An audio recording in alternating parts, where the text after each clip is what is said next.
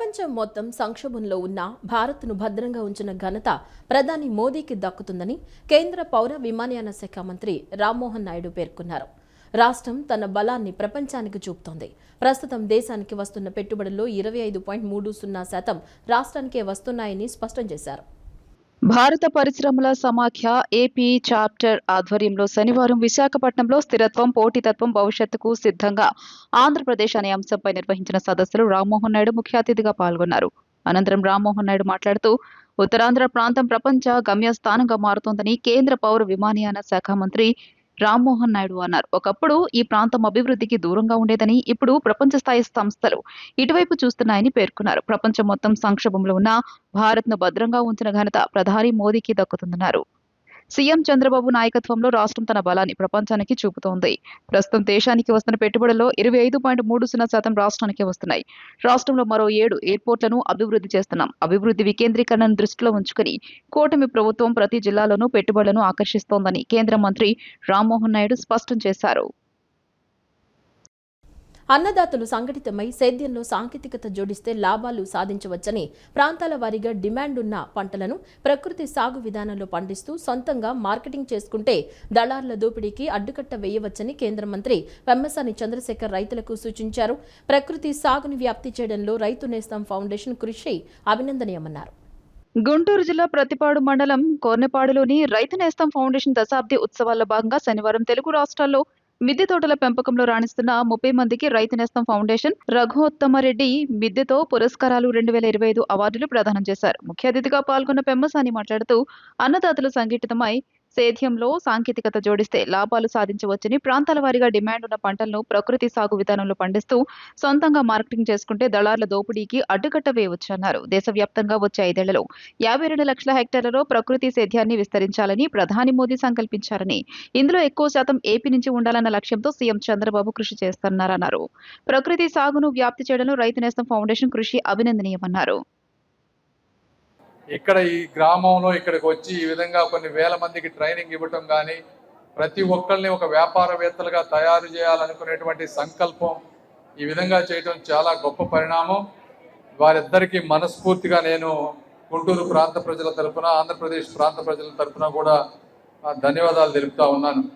అదేవిధంగా ఈరోజు ఈ ప్రాంతంలో అంటే మీ అందరికీ తెలుసు, మీరు మిద్దె మీద పంటలు వేస్తూ ఉన్నారు అంటే ప్రకృతి వ్యవసాయం గురించి వాళ్ళు చెప్పారు. ఇప్పటి వరకు ఏ విధంగా చేయాలి, కార్బన్ పర్సంటేజ్ ఏ విధంగా ఈరోజు రాష్ట్రంలో తగ్గుతూ ఉంది. కాకపోతే ఇవన్నీ చేయాలంటే కష్టమైనటువంటి పని, సమాజంలో జరుగుతున్నటువంటి పరిణామాలకు దగ్గరగా సస్టైనబుల్గా చేయాల్సిన అవసరం ఉంది. ఇట్లాంటి సమయంలోనే వ్యాపారవేత్తలు ఈ యూరియాకు బదులుగా ఏ విధంగా ఆవు వీటి నుంచి మనం తయారు చేసి ఈ ప్రాంతంలో ఉన్న రైతులందరికీ ఒక మోడరేట్ ధరల్లో ఇవ్వగలిగితే అది మంచి జరుగుతుంది.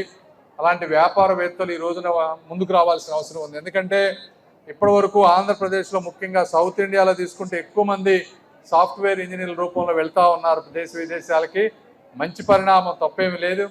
అయితే దానికి కూడా ఒక లిమిట్ ఉంటుంది. ఈ రోజున్నటువంటి ప్రపంచంలో ముందు ఇంతమంది అవసరం ఉండకపోవచ్చు.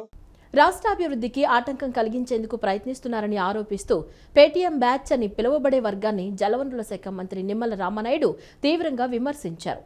ఆంధ్రప్రదేశ్లో అభివృద్ధికి కొన్ని వర్గాలు ఆటంకం కలిగిస్తున్నాయని ఆరోపించారు. పశ్చిమ గోదావరి జిల్లా పాలకొల్లు నియోజకవర్గంలో 3.47 కోట్ల రూపాయల విలువైన ప్రాజెక్టులకు జలవనరుల శాఖ మంత్రి నిమ్మల రామానాయుడు శంకుస్థాపన చేశారు. అనంతరం మంత్రి రామానాయుడు మాట్లాడుతూ రాష్ట్ర అభివృద్ధికి ఆటంకం కలిగించేందుకు ప్రయత్నిస్తున్నారని ఆరోపిస్తూ పేటీఎం బ్యాచ్ అని పిలువబడే వర్గాన్ని తీవ్రంగా విమర్శించారు. ఆంధ్రప్రదేశ్లో అభివృద్ధికి కొన్ని వర్గాలు ఆటంకం కలిగిస్తున్నాయని ఆరోపించారు.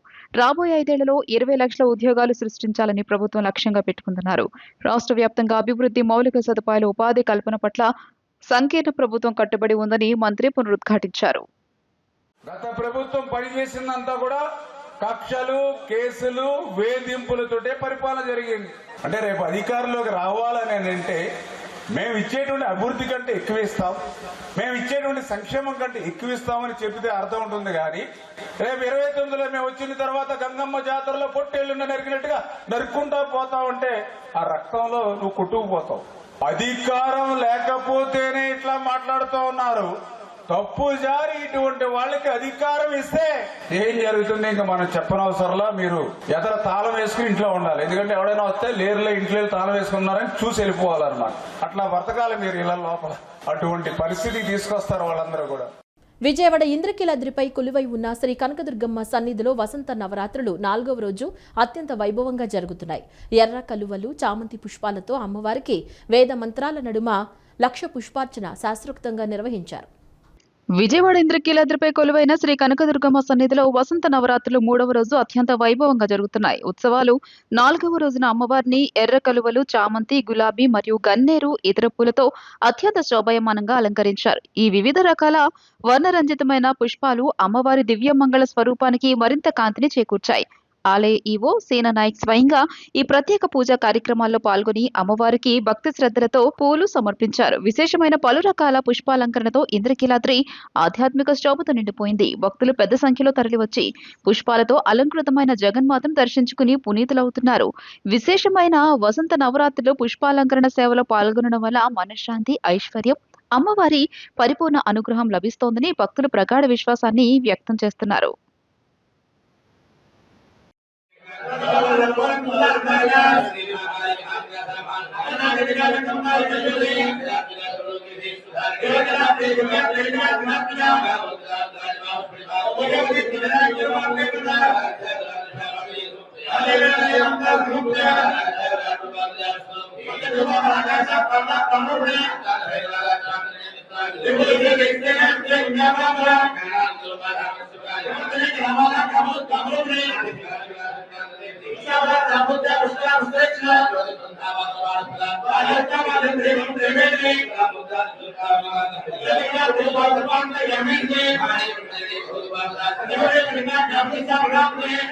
సమాజంలో సేవాభావంతో ముందుకు వచ్చే వ్యక్తులు ఎంతో అరుదని, అలాంటి వారిలో దివ్యాంగ సోదరుడు అడబాల రాజు, బాలకృష్ణ మరియు వారి మిత్ర బృందం ప్రత్యేకంగా నిలుస్తారని ప్రభుత్వ విప్ సెంట్రల్ నియోజకవర్గ ఎమ్మెల్యే బోండా ఉమామేశ్వరరావు అన్నారు. ప్రతి సంవత్సరం తమ సొంత డబ్బులతో ప్రజలకు ఉపయోగపడే కార్యక్రమాలు నిర్వహించడం గొప్ప విషయమని, ఇది ప్రతి ఒక్కరికి ఆదర్శంగా ఉండాలని పిలుపునిచ్చారు.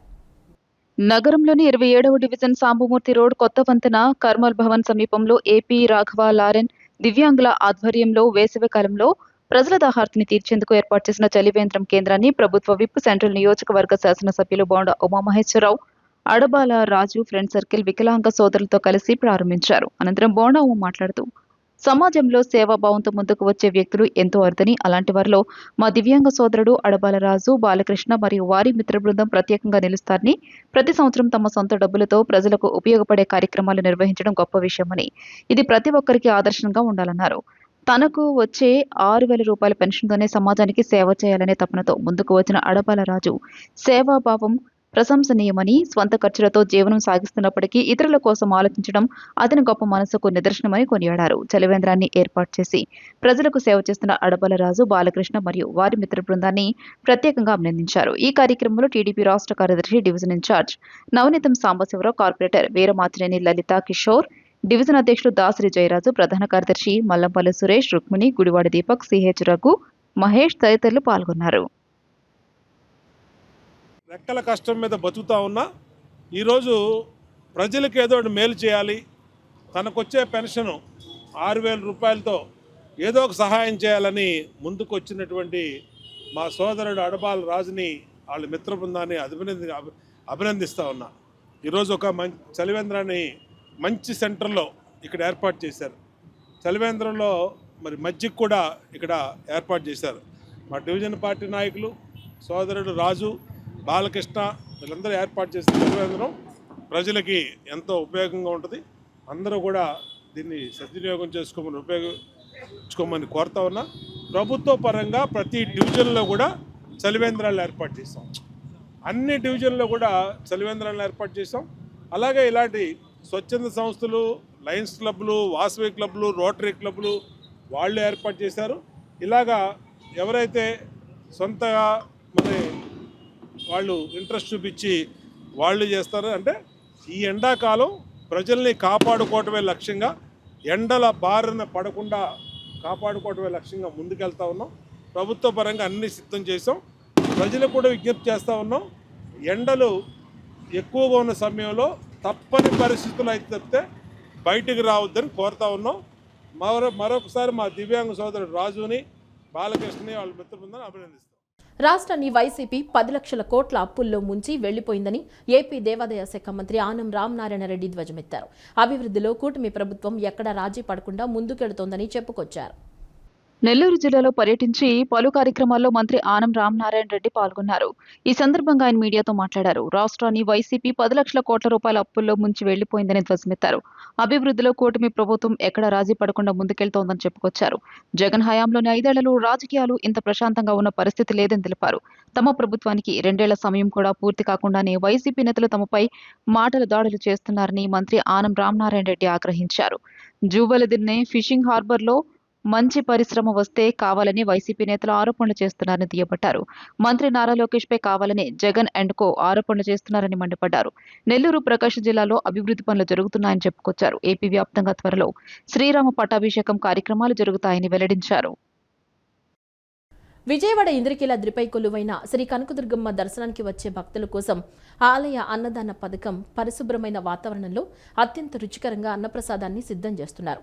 ప్రతిరోజు వేలాది మంది భక్తులు అమ్మవారిని దర్శించుకున్న అనంతరం అమ్మవారి ప్రసాదాన్ని స్వీకరిస్తున్నారు. ఈవో సీనా నాయక్, ఇతర ఆలయ అధికారులు ప్రతిరోజు నాణ్యత మెనూని సమీక్షిస్తూ భక్తులకు అత్యుత్తమ భోజనం అందే విధంగా చర్యలు తీసుకుంటున్నారు. అకాల వర్షాలు రైతుల పాలిట శాపంగా మారింది. చేతికంది వచ్చిన పంట తీవ్ర గాలులకు కళ్ల ముందే నేల కొరుగుతుంటే ఏమీ చేయలేని పరిస్థితి అన్నదాతలది. కృష్ణా జిల్లా తోట్లవల్లూరు మండలంలోనే కృష్ణా నది లంక భూముల రైతుల దీన స్థితిపై సిటీ న్యూస్ ప్రత్యేక కథనం. 75 ఏళ్ళు పెట్టుబడి పెట్టాం. చేతికి వచ్చిన తర్వాత పంట అంతా పోయింది. మళ్ళీ కూలీలకి డబ్బులు అవుతాయి. ఏం చేయాల్సిన అర్థం కాకుండా ఉంది. ఏదన్నా చూడండి, ఏదో ఒకటి. ఈ తుఫాన్ కండి గాలి అన్న ఇక కరెక్ట్ గా ఒల్లూరు మండలానికే కొట్టింది. ఈ మండలానికి ఈ మామూలుగా అయితే మన 15వ తారీఖు అండి తోలింది. మామూలు 4 నెలలు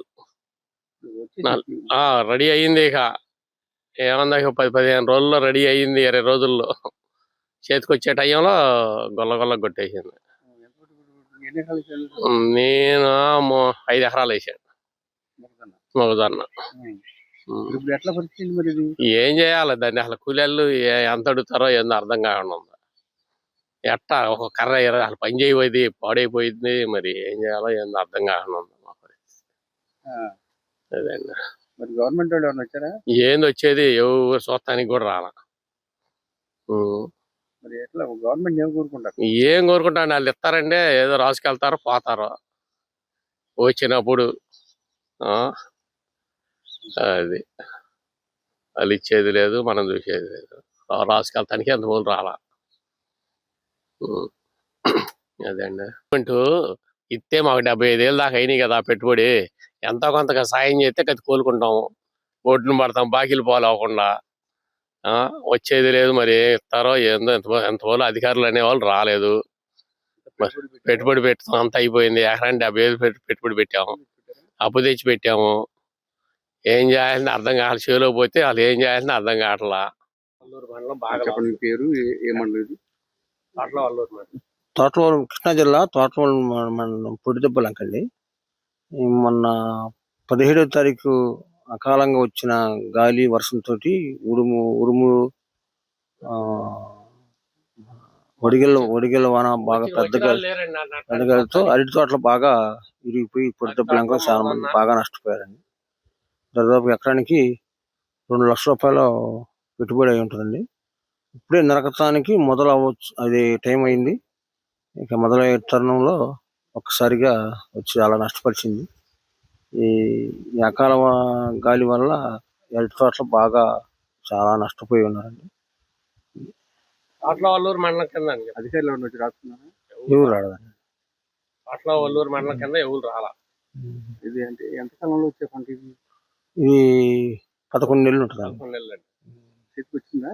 అదే ఇంకా పెట్టుబడి అంతా అయిపోయింది. ఇంకా మనం ఫలసాయం తీసుకోవటం పెట్టుబడి అంతా అయిపోయింది. అక్కడ నరకానికి వచ్చే టైం అయింది. ఇక్కడి నుంచి పెట్టుబడి ఉండదు. ఈ వార్తలు ఇంతటితో సమాప్తం. నమస్కారం.